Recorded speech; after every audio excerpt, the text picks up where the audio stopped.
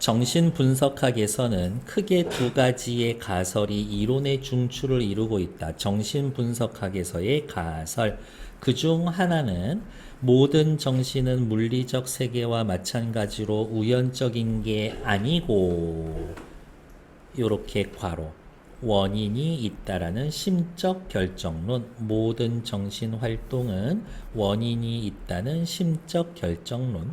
다른 하나는 인간의 정신 활동이 정상적이든 비정상적이든 상관없이 무의식적 정신 활동이 의식보다 빈번하게 일어나고 유의미하다는 가설이다. 두 가지 가설 너무 지저분하게 밑줄 그어져 있죠. 1번 심적 결정론, 2번 무의식이 더 빈번하고 의미가 있다. 프로이트 또한 정신분석학의 창시자죠. 세모. 정신활동 중 많은 부분이 무의식과 관련이 있고 비연속적이며 인과적이지 않은 것처럼 보이는 행동도 실제로는 무의식적 원인이 밝혀지면 화살표, 인과적 연속성이 드러난다. 무의식 연구하면 제가 왜 저런 행동했는지 알 수 있다. 프로이트는 일생 동안 정신에 관한 여러 모형을 연구했고 대표적으로 지형학적 모형, 구조 모형이 있다. 첫 번째 문단 내용 뭐 하시면 돼요? 정신분석학에서의 가설 두 가지. 프로이트는 이야기했습니다. 무의식을 밝히면 인과를 밝힐 수가 있다. 그것을 설명하기 위한 모형 두 가지. 지형학적 모형은 정신의 영역을 의식, 전의식, 무의식으로 나누는 것으로, 자 보세요. 요게 이중 분류지. 여러 모형 중에 지형학 구조 모형. 그러면 이중 분류 나온다라는 냄새가 나면 옆에다가 이제 쓰기 시작하는 거지. 지형학적 모형은 인간의 정신의 영역을 의식, 전의식, 무의식으로 나누었고 의식이란 특정 순간에 자각이 되는 감각적 경험을 의미합니다. 전의식 바로 그 순간에는 의식하지 않지만 자발적으로 혹은 최소한의 노력을 통해서 자각할 수 있는 경험을 의미하며, 아 그때 내가 왜 그랬지? 아 맞아 그래서 그랬지 이렇게 얘기할 수 있는 거. 다음 무의식은 세 번째 무의식, 자각할 수 없는 정신 영역을 의미합니다. 너 그때 왜 그렇게 행동했어? 라고 물어보면 내가 그랬어? 나도 몰라. 아무리 생각해도 몰라. 이런 애들. 프로이트는 무의식이 인간의 행동에 중요한 역할을 한다고 했다. 우리 프로이트 얘기 따라가는 거니까 무의식의 별표.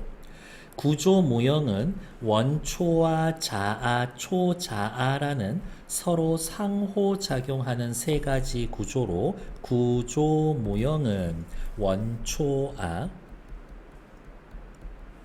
자아, 초자아 요렇게 서로 상호작용하는 세 가지 구조로 구성되어 있는데 원초와는 무의식의 영역에 포함되어 있고 그냥 요렇게 연결 지을까? 자아와 초자아는 의식, 전의식, 무의식의 영역에 모두 걸쳐 있다. 어우 밑줄 그으면 지저분해지니까 그냥 요렇게 묶어 놓을까? 난 나쁘지 않은 판단인 것 같은데 이 정도 식으로 확인을 해 놓자고. 그리고 써놓고서 까먹기 전에 속으로 한 번만 외쳐. 원초와는 무의식에 포함되고 자아와 초자아는 세 군데 다 포함돼 연관되어 있어. 끝. 아, 그럼 이제 생각하는 거지. 뭐라고? 지형학적 모형이랑 구조 모형은 다른 모형이 아니라 두 개 서로 연관 있는 모형이었구나. 확인. 옆에 나와 있는 건 누구예요? 5번 푸시는데 1분만 드릴 거예요. 시작. 5번.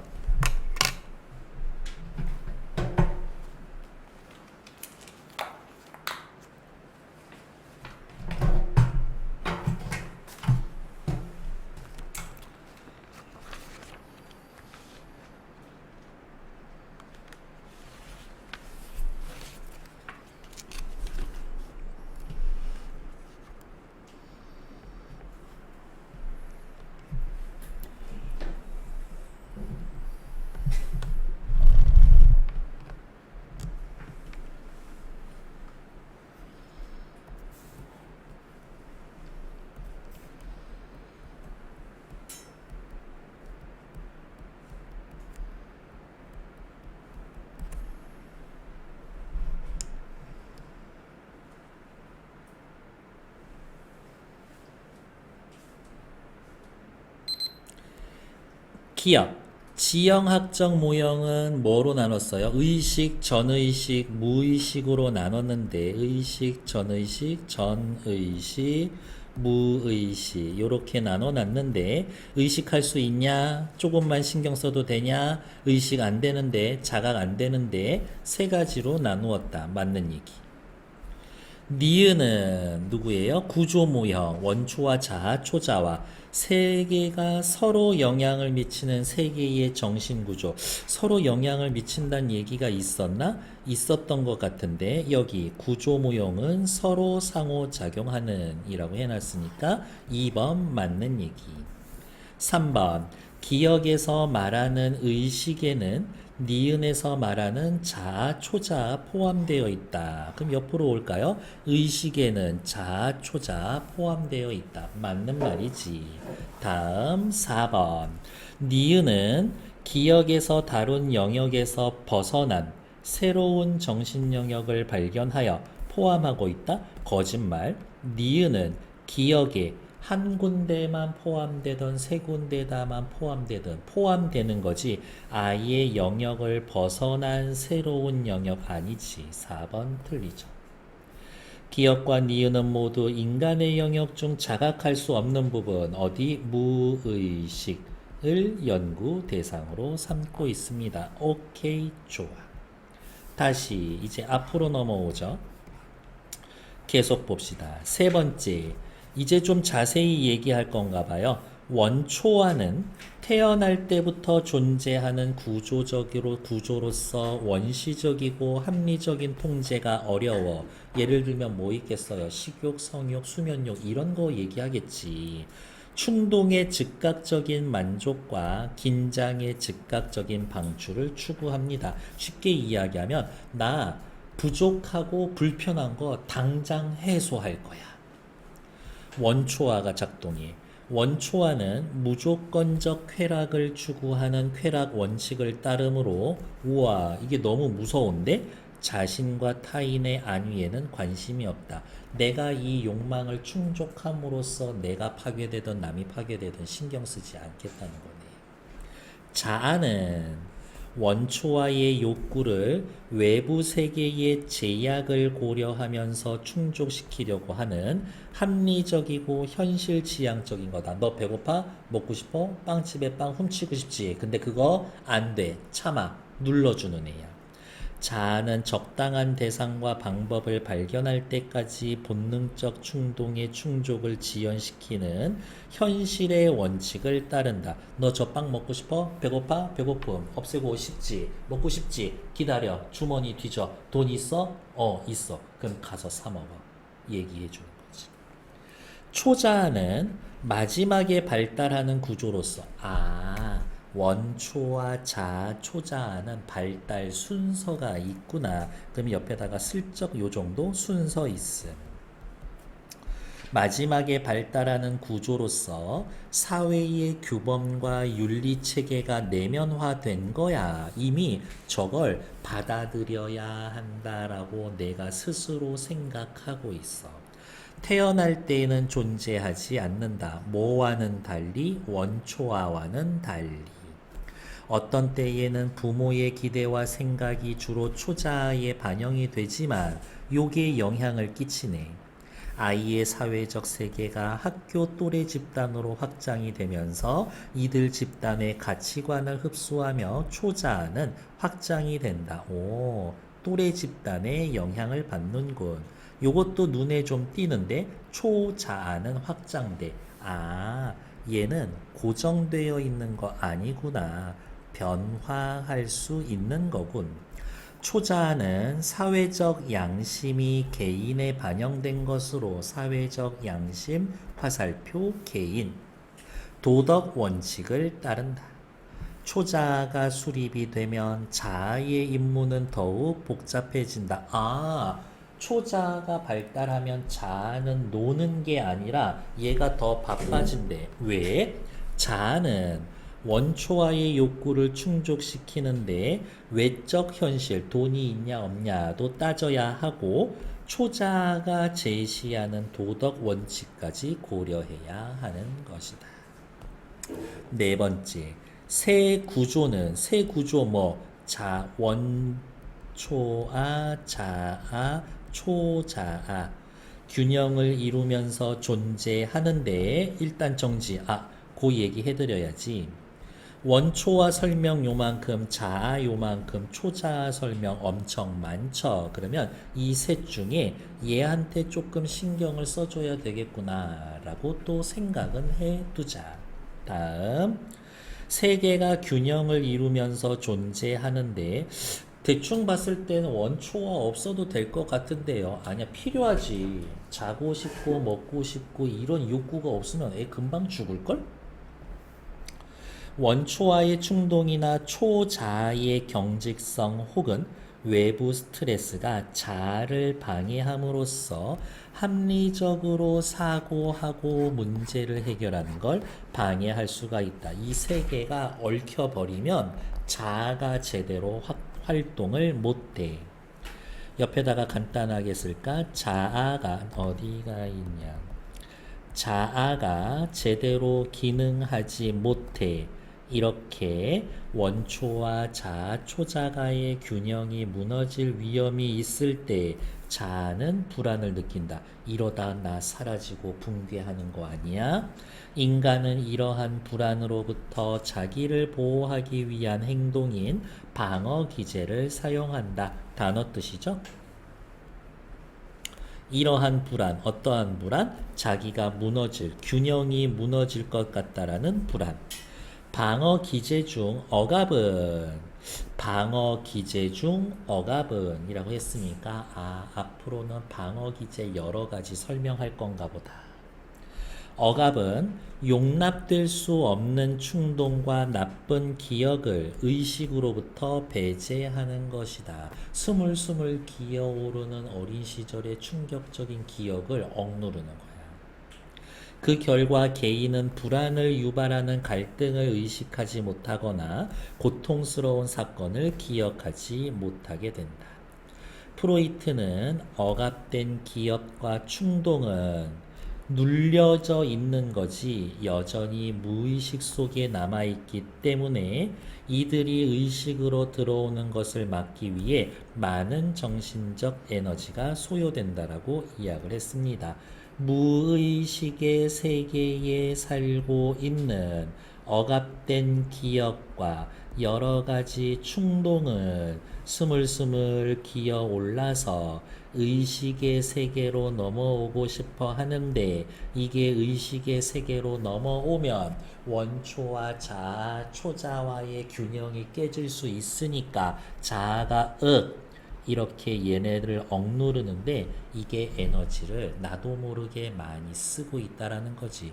그러면 다른 데 써야 될 신경을 여기다가 쓰고 있어. 그래서 건설적이고 창조적 행동에 사용할 에너지가 줄어들게 된다. 억압하고 있으면 너무 힘들어요. 그래서 프로이트가 얘기하는 거지. 억압된 거 일단 꺼내놔. 뭔지 한번 보자고. 어디에서 온 건지 확인하자.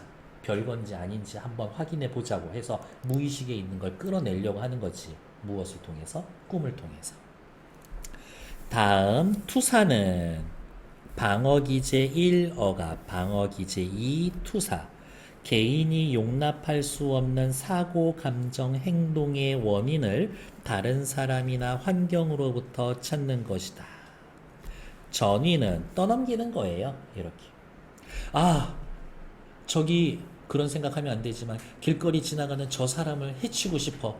저렇게 생긴 애 해치고 싶어. 왜 그러지? 나 미친놈인가? 왜 이런 생각이지?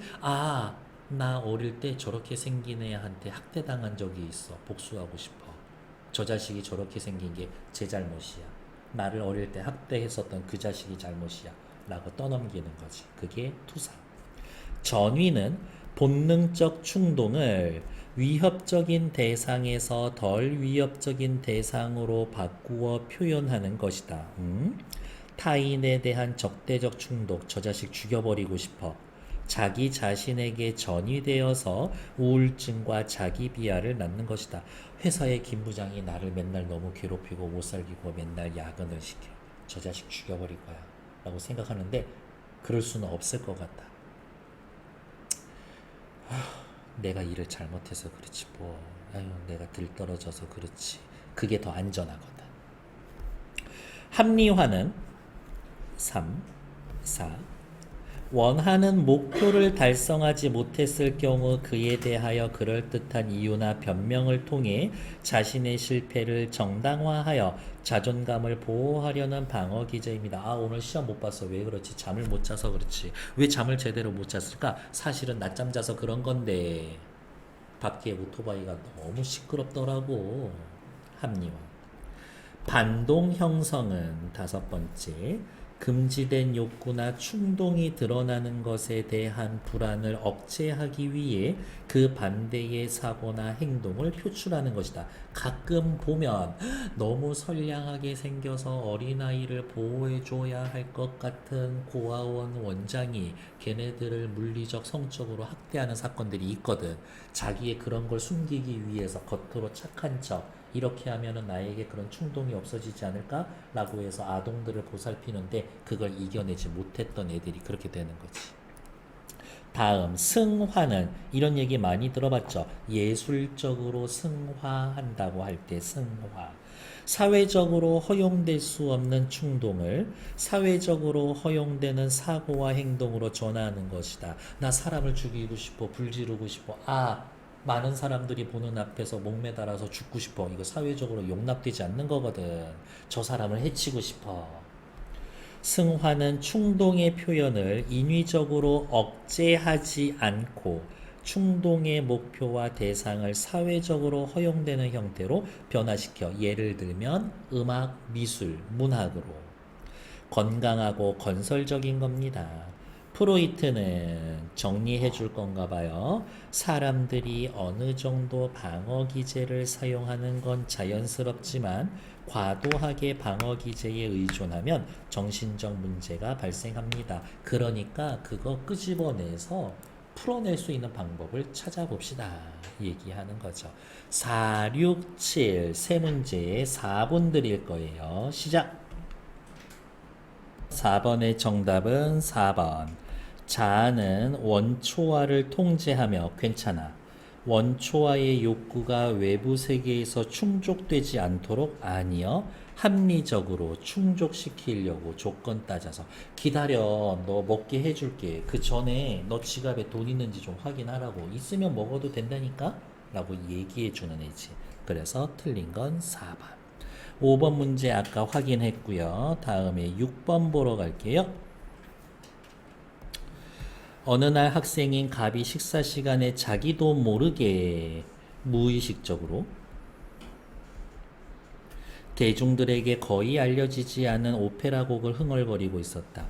평소 오페라에 전혀 관심이 없었고 배우거나 아는 게 없다람을 알고 있었던 주변 사람들은 이 모습을 보며 놀랍고 이상하게 생각했고, 선생님, 무의식이 아니라 전의식일 수도 있잖아요. 이런 모습에 대해 합리적으로 설명할 수 없었어. 무의식 맞아. 그런데 알고 보니 그 오페라 곡은 갑의 유아 시절 보호자가 식사 시간에 습관적으로 틀어놓은 라디오 방송의 주제곡이었었다. 아, 찾아냈어. 1번. 어릴 때 부모의 의도로 인해서 아니야. 그냥 습관적으로 틀어놓은 거지 의도로 인해서 형성된 거 아니야. 탈락. 2번. 이상하게 여겼던 갑의 행동의 무의식적 원인이 밝혀졌어. 그렇지. 이것이 계속 듣다 보니 기억에 남게 되었어. 원인을 밝혔죠. 인과적 연속성이 드러난다. 무의식적으로 오래 들었다. 원인, 그걸 흥얼거릴 수 있었다. 결과. 인과적 연속성이 드러난 거다. 맞다. 그러니까 프로이트는 어쨌든 다 설명할 수 있다니까 라고 얘기했겠지. 방어 기제 중 억압을 사용해서 이게 막 노래가 떠오르지 않게 한 거야? 그건 아니지.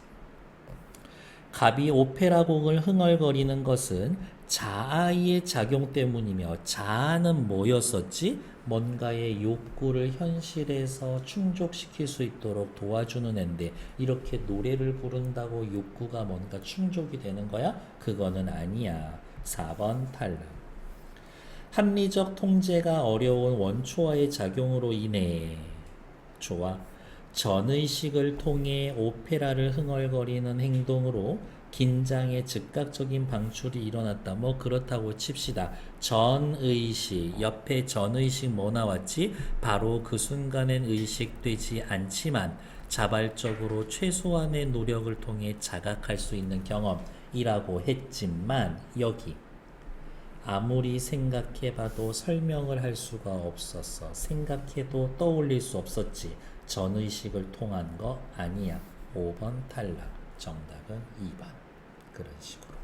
밑으로 내려오죠. 적절하지 않은 것. 투사, 전위, 합리화, 반동 형성, 승화. 그렇지. 내가 니들 이딴 식으로 엄청 정보 때려 쏟아낼 때 요런 애들 주목해야 될 거라고 생각했어. 이거지. 사실은 읽기만 해도 풀 수 있었죠. 어려운 거 아니었지. 정답은 몇 번? 5번. 강한 공격적 충동을 지닌 사람이 노력을 통해서 타인의 앞에서는 충동을 참고 혼자 있을 때 표출하는 게 승화야? 아니, 사회적으로 부정적인 감정을 사회에서 용인할 수 있는 방식으로 풀어내는 게 승화지. 여기선 참고 여기선 드러내고 그게 승화는 아니죠. 그래서 틀린 얘기 5번. 됐을까? 일단 정치.